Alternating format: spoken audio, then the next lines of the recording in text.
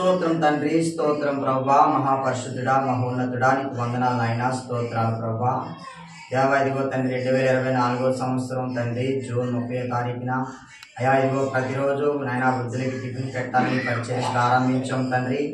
అయ్యా ఇదిగో తండ్రి సంవత్సరం పూర్తి అయిపోయింది ప్రభా, జూలై పూర్తి అయిపోయింది, ఇదిగో ఆగస్టు కూడా ఇదిగో తండ్రి రోజు 7వ తారీఖున అయినా నీకు స్తోత్రాలు. ఇంతవరకు మీరు నడిపిస్తున్నందుకు నీకు స్తోత్రాలు. ఈ 2025 సంవత్సరం అయినా ఇదిగో తండ్రి ప్రభా, ఇదిగో ఆగస్టు 7వ తారీఖుని నేను బిడ్డలు తీసుకొచ్చినందుకు నీకు వందనాలు.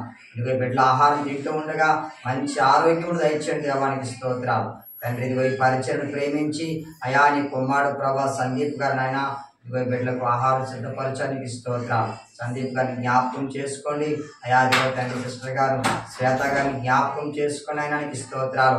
వారికి ఇచ్చినటువంటి కుమార్తెను దీక్షితను అలాగే నాయన తండ్రి సంజయ్ను అజయ్ను జ్ఞాపకం చేసుకోండి ప్రభానికి స్తోత్రాలు. విజయ్ని జ్ఞాపకం చేసుకోండి.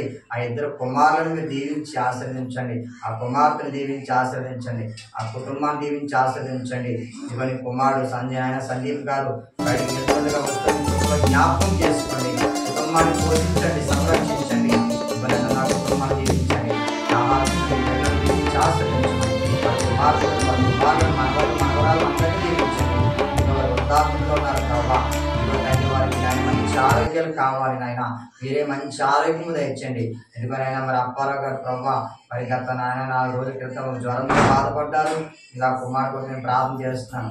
ఇంకెవరైతే బలహీనంగా ఉన్నారో వారందరినీ స్వస్థపరచండి, మంచి ఆరోగ్యాలు దయచేయమని కృప చూపించి నడిపించమని మహిమాగంత ప్రభావాలు మీకే చెల్లిస్తూ నజరేయుడైన యేసుక్రీస్తు నామమున ఈ ప్రార్థన మనం అడిగి వేడుకుంటున్నాం తండ్రి. ఆమేన్.